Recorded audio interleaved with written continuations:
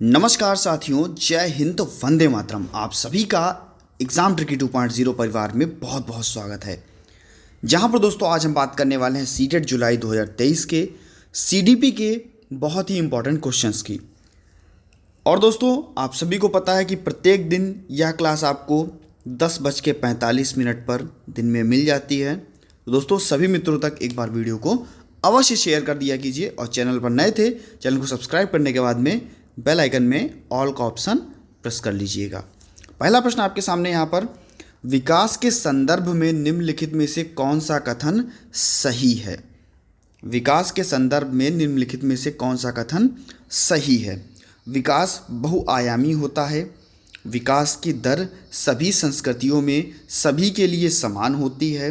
विकास केवल विद्यालय में होने वाले अधिगम से होता है या विकास बाल्यावस्था के दौरान होता है केवल? तो आप सभी को पता है दोस्तों, मात्र, ही, केवल, ये सभी आपके जाते हैं भैया निगेटिव सेंस में। और यहाँ पर कथन सही पूछा जा रहा है तो केवल वाला ये आपका कट जाएगा और केवल वाला ये आपका कट जाएगा। अब हम देखते हैं, विकास की दर सभी संस्कृतियों में सभी के लिए समान होती है, ऐसा भी दोस्तों बिल्कुल नहीं होता है। हाँ, लेकिन यह है विकास आपका बहुआयामी होता है। ए ऑप्शन जो बिल्कुल आपका सही हो जाएगा। नेक्स्ट क्वेश्चन की तरफ बढ़ते हैं और जीन पियाजे से क्वेश्चन लिया गया है दोस्तों। बहुत ही important question, very very important question, paper में पूछा गया प्रश्न। जीन पियाजे अपने संज्ञानात्मक विकास के सिद्धांत में संज्ञानात्मक संरचनाओं के रूप में वर्णित करते हैं किसको? स्कीमा को, विकास के समीपस्थ क्षेत्र को, मनोवैज्ञानिक उपकरण को या उद्दीपन अनुक्रिया संबंध को? तो अगर हम बात कर लें दोस्तों, यहाँ पर जीन पियाजे अपने संज्ञानात्मक विकास का क्षेत्र, जहाँ पर इन्होंने 4 प्रकार की अवस्थाएं बताई थी: संवेदी प्रेरक, पूर्व संक्रियात्मक, मूर्त संक्रियात्मक और औपचारिक संक्रियात्मक। तो दोस्तों अगर हम यहाँ पर बात कर लें तो यहाँ पर ये दोस्तों स्कीमा को वर्णित करते हैं, तो ए ऑप्शन है जो बिल्कुल आपका सही हो जाएगा। अगर हम बात कर ले विकास के समीपस्थ क्षेत्र के सिद्धांत को, तब भैया ये जाना जाता है आपका जेडबीडी के नाम से, जोन ऑफ प्रॉक्सिमल डेवलपमेंट के नाम से। और ये भैया किसका? वाइगोत्स्की, ठीक है, जो कि आपके पेपर के लिए बहुत ही इंपॉर्टेंट। उद्दीपन अनुक्रिया सिद्धांत आप सभी को पता है भैया, थॉर्नडाइक। थॉर्नडाइक ने प्रयोग किस पर किया था? आप सभी को कमेंट सेक्शन में बताना है कि थॉर्नडाइक ने किस पर प्रयोग किया था। नेक्स्ट दोस्तों अगर हम बात करते हैं, बहुत ही इंपॉर्टेंट क्वेश्चन और वेरी वेरी इंपॉर्टेंट लगा लीजिएगा, अवस्थाओं से पूछा गया प्रश्न। शर्म तथा गर्व जैसी भावना का विकास किस अवस्था में होता है? शर्म तथा गर्व जैसी भावना का विकास किस अवस्था में होता है? शैशवावस्था, बाल्यावस्था, किशोरावस्था या वृद्धावस्था? तो दोस्तों शर्म तथा गर्व जैसी भावना का विकास जो है वो आपका होता है बाल्यावस्था में। एज की अगर हम बात कर लें तो भैया 5 से 11 वर्ष कह सकते हैं, या 5 से हम इसको 12 वर्ष भी कह सकते हैं। 5 से 12 वर्ष जो होती है बाल्यावस्था की एज होती है। शर्म और गर्व जैसी भावना का विकास आपके बाल्यावस्था में होता है। बी ऑप्शन जो है बिल्कुल आपका सही हो जाएगा। नेक्स्ट हम बात कर लेते हैं। अच्छा यहीं पे बताइएगा, एक क्वेश्चन है, संघर्ष, तूफान, तनाव की अवस्था, संघर्ष, तूफान, तनाव की अवस्था किसे कहा जाता है? शैशवावस्था, बाल्यावस्था, किशोरावस्था या वृद्धावस्था? आपको कमेंट में बताना है, कमेंट सेक्शन में, कि संघर्ष, तूफान, तनाव की अवस्था किस अवस्था को कहा जाता है। ऑप्शंस आपके सामने हैं, यही ऑप्शंस आपके लिए दिए गए हैं। नेक्स्ट दोस्तों हम बढ़ते हैं नेक्स्ट क्वेश्चन की ओर। दिव्यांग जन अधिकार अधिनियम 2016 के अनुसार निम्नलिखित में से किस शब्दावली का प्रयोग उपयुक्त है? आप सभी को दोस्तों पता होना चाहिए कि भैया दिव्यांगजनों के लिए आरपीडब्ल्यूडी एक्ट आया। आरपीडब्ल्यूडी एक्ट आया 2016 में, rights for person with disability act 2016। ये भैया पीडब्ल्यूडी एक्ट आया था आपका 1995 में। ये इसका संशोधित रूप था। पीडब्ल्यूडी एक्ट में भैया 7 प्रकार की दिव्यांगताओं का वर्णन किया गया और 3% आरक्षण दिया गया दिव्यांगों को।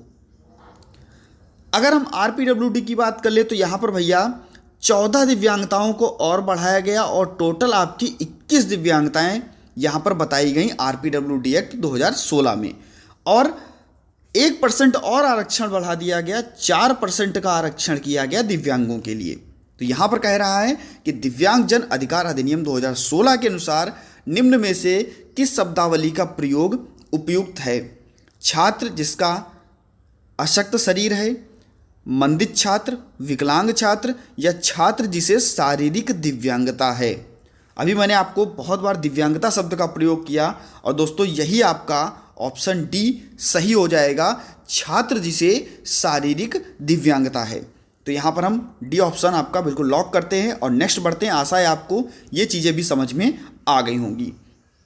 नेक्स्ट क्वेश्चन है, अपने शिष्य के संवेगात्मक विकास के लिए, यानी कि बच्चे का करना है भैया इमोशनल डेवलपमेंट, संवेगात्मक विकास के लिए अध्यापक को चाहिए कि बच्चे का इमोशनल डेवलपमेंट करना है, बच्चे का संवेगात्मक विकास करना है, इसके लिए एक शिक्षक, एक अध्यापक क्या करेगा? आप अध्यापक हैं, आप शिक्षक हैं, तो आप क्या करेंगे? वह माता पिता का स्थान हड़पने की कोशिश ना करे, वह शिष्य के प्रति प्रेम और स्नेह विकसित करे, वह अपने शिष्य की शरारतों के प्रति प्रेम का रवैया अपनाए, या अपने कुछ चुनिंदा शिष्यों के प्रति, देखिए कुछ चुनिंदा शिष्यों के प्रति, ये आपका निगेटिव हो गया।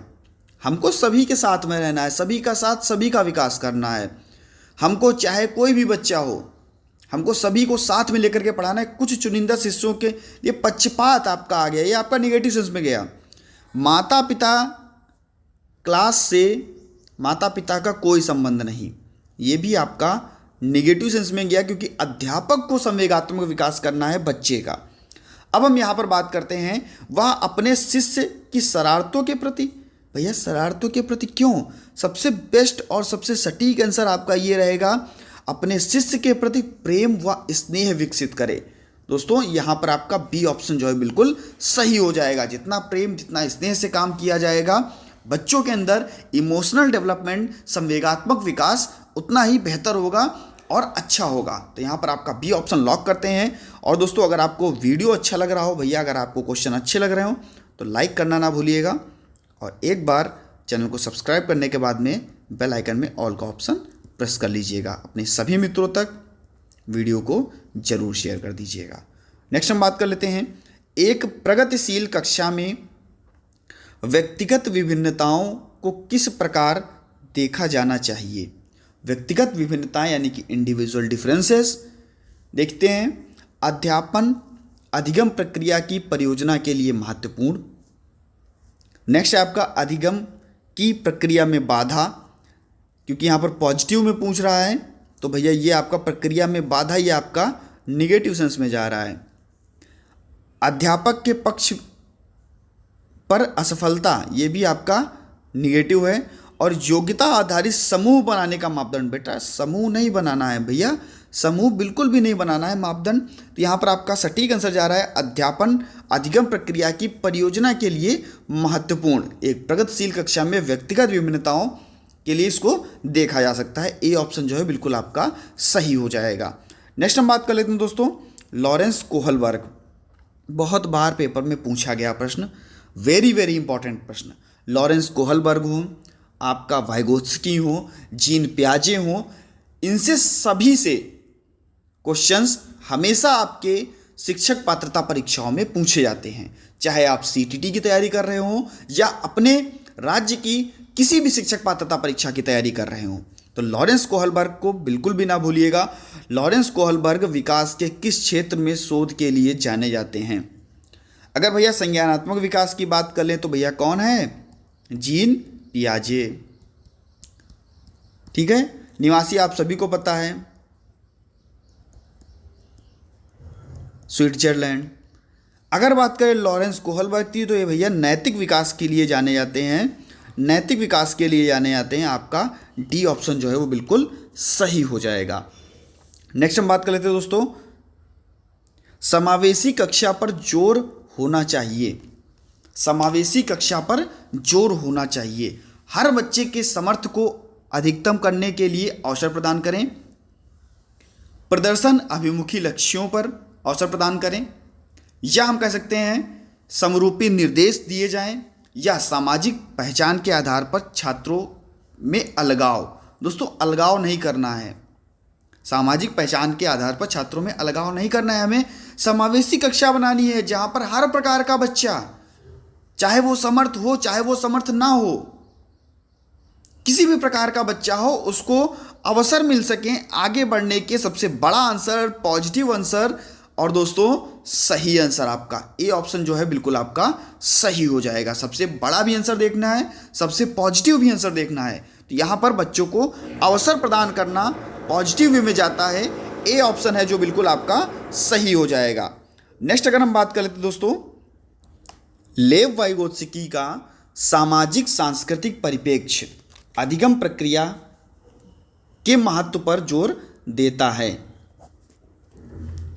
संतुलीकरण, सांस्कृतिक उपकरणों, गुणारोपण या अभिप्रेरणा।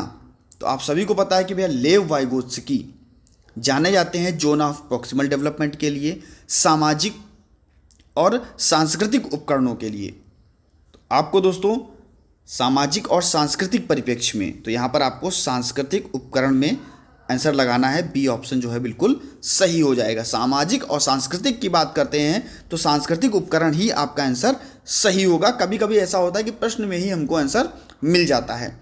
नेक्स्ट अगर हम बात कर लेते हैं, जन्म से किशोरावस्था तक बच्चों में विकास किस प्रकार से होता है।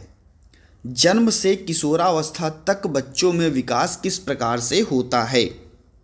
आप सभी ने अभी पियाजे के बारे में पढ़ लिया है, तो वहाँ पर भैया सबसे पहली अवस्था आपकी संवेदी प्रेरक अवस्था बताई गई थी, दूसरी आपकी पूर्व संक्रियात्मक अवस्था बताई गई थी, तीसरी आपकी मूर्त संक्रियात्मक अवस्था, चौथी आपकी औपचारिक संक्रियात्मक अवस्था। 0 से 2 वर्ष, 2 से 7 वर्ष, 7 से 11 वर्ष और 11 वर्ष से ऊपर। तो अगर हम बात करें सबसे पहले बच्चा संवेदी, फिर यहाँ पर पूर्व संक्रियात्मक अवस्था दी नहीं गई है, मूर्त और अमूर्त। औपचारिक को हम अमूर्त संक्रियात्मक अवस्था भी कहते हैं। जन्म से किशोरावस्था तक बच्चे के विकास के लिए जो क्रम होता है संवेदी, मूर्त और अमूर्त। सी ऑप्शन जो है वो बिल्कुल आपका राइट हो जाएगा, बिल्कुल सही हो जाएगा। लॉक करिए सी ऑप्शन को और आगे बढ़ते हैं दोस्तों। जीन पियाजे के संज्ञानात्मक विकास के सिद्धांत में पूर्व संक्रियात्मक अवस्था में विकास का मुख्य गुण क्या होता है। पूर्व संक्रियात्मक अवस्था, अभी आपको बताया गया पूर्व संक्रियात्मक अवस्था में जिसकी एज थी भैया क्या, 2 से 7 वर्ष, और उस एज के बारे में यहां पर पूछा जा रहा है। अगर हम बात कर लें अमूर्त सोच, तो भैया ये आपका जाएगा 11 वर्ष से ऊपर, यानी कि औपचारिक में। अगर हम बात करें परिकल्पित निगमात्मक सोच, तो ये आपका जाएगा 7 से 11 में, यानी कि मूर्त में। अगर हम बात कर ले विचार सोच में केंद्रीकरण, तो ये आपका जाएगा दोस्तों 2 से 7 वर्ष में, यानी कि बच्चा 2 से 7 वर्ष में सोच में केंद्रीकरण धीरे धीरे करने लगता है, विचार धीरे धीरे आने लगते हैं। तो दोस्तों यहाँ पर आपका सी ऑप्शन जो है वो बिल्कुल सही हो जाएगा, पूर्व संक्रियात्मक अवस्था। नेक्स्ट अगर हम बात कर लेते हैं दोस्तों, समस्या समाधान क्षमताओं को किस प्रकार सुसाध्य किया जा सकता है। समस्या समाधान की जो क्षमताएं हैं किस प्रकार से उनको हटाया जा सकता है, किस प्रकार से उनको सुसाध्य किया जा सकता है। विद्यार्थियों में डर की भावना पैदा करना, भैया डर क्यों हम विद्यार्थियों में पैदा करेंगे। विद्यार्थियों को डराएंगे, वो डर के भाग जाएंगे, क्लास में आएंगे नहीं, पूछने से कतराएंगे, तो कैसे उनकी समस्या का समाधान होगा। लगातार अभ्यास और क्रियान्वयन पर जोर देना। दोस्तों हमको बच्चों को बार बार अभ्यास नहीं कराना है। अगर एक चीज़ का हम बार बार अभ्यास बच्चों को कराएंगे तो भैया बच्चा बोरिंग महसूस करेगा, हम किसी चीज़ को करने के लिए जोर देंगे तो बच्चा वहाँ पर बहुत ही शिथिलता से कार्य करना चाहेगा। लेकिन अगर हम बच्चे के जो भी कह सकते हैं कि अगर बच्चे को अच्छी तरीके से बढ़ावा दे करके और जो भी समस्या है उनको इस्तेमाल करना, उनको समरूपता दिखा करके उनको आगे बढ़ाया जाए तो कहीं ना कहीं हम बच्चे को आगे बढ़ा सकते हैं। यहाँ पर आपका ये भी आपका निगेटिव सेंस में जा रहा है क्योंकि यहाँ पर जोर देने की बात कह रहा था। समस्याओं के हल करने हेतु अटल प्रक्रिया के इस्तेमाल को बढ़ावा देना। दोस्तों ऐसा बिल्कुल नहीं, अटल प्रक्रिया समरूपों के इस्तेमाल को बढ़ावा देना।